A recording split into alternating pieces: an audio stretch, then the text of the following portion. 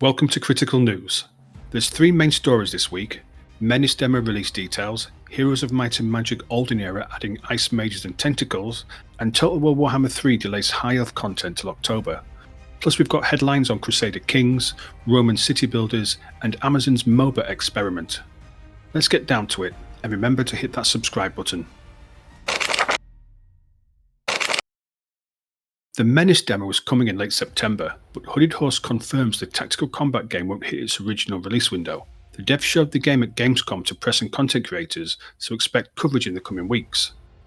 The demo centers on tactical combat with a full operation containing procedurally generated missions. Maps, enemy compositions, item rewards, and mission objectives change every playthrough. The developers set the demo in an advanced game state where players have completed 8 to 10 operations, giving access to varied squads and equipment for decent-sized battles. Development has shifted focus from content creation to playtesting and balancing. The team stopped adding new features to concentrate on polishing existing systems, fixing bugs, and addressing issues like missing item icons and lighting problems. This approach minimizes disruption to game balance before early access launch. Recent development includes faction-specific animations, starting with pirates who get distinct idle animations reflecting their wild, undisciplined nature compared to trained marines.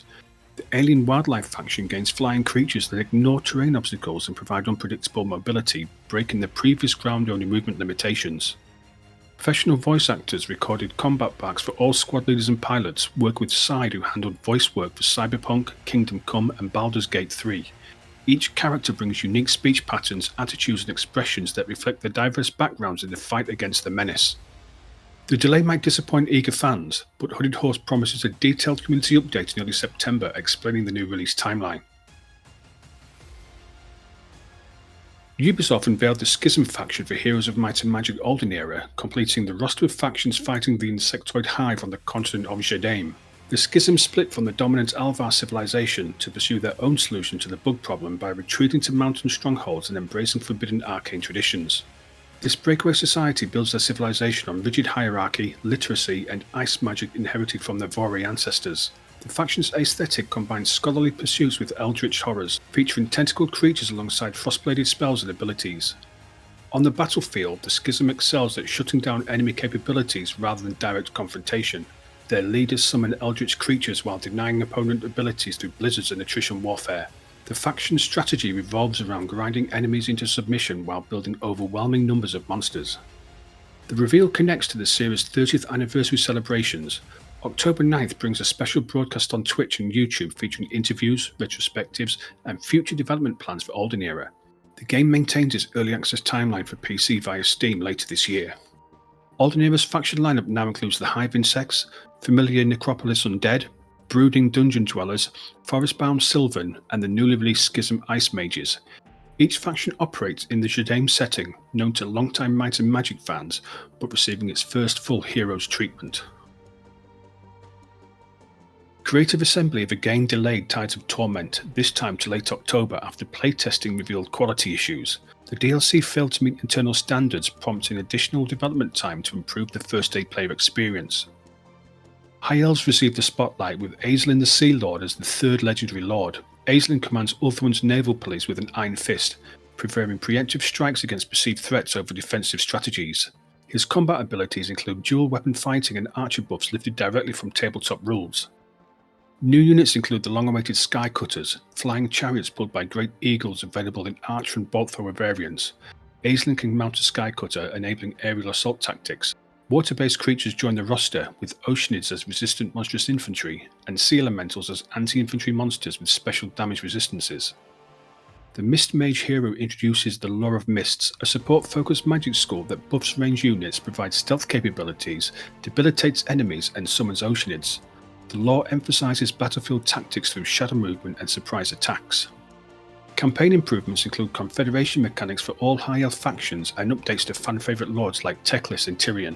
Naval combat gets enhanced with ships attacking ports directly from sea rather than converting to land-based characters. Slaanesh receives Dark Elf devotees, anti-infantry units wielding dual swords or crossbows, representing Dark Elf shunned for their Slaaneshi worship.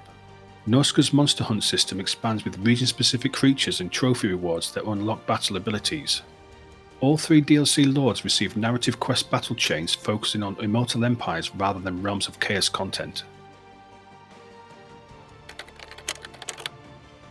Reverie World Studios' hybrid real-time tactics and grand strategy game, Knights of the Crusades, launches version 1 after community-driven development. Players start as minor knights during the First Crusade, building military orders across 52 kingdoms with over 100 lords.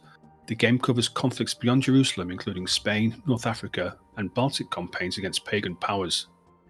Amazon Games' Montreal debut title combines mobile mechanics with RTS strategy, putting players in control of giants commanding armies. In March of Giants, matches feature 4v4 battles with construction and territorial control elements, 15 giants available at launch with 10 immediately accessible and 5 unlockable through progression. North American alpha testing begins September 2nd via Steam. Paradox adds coronations to Crusader Kings 3 as full activities where rulers summon vassals for throne ceremonies. The $4.99 expansion includes faction tensions during events, royal oaths that set reign objectives with unique rewards, and courtly drama opportunities. Players balance pageantry with political survival as detractors scheme during sacred traditions. Pompeii the Legacy enters early access on September the 16th. The Roman city builder launches with 3 modes: narrative campaign, sandbox challenges, and creative construction. Players shape a Roman family across generations through politics, religion, trade, and military decisions. Military gameplay starts basic, with advanced combat added during early access. Full roadmap releases before launch.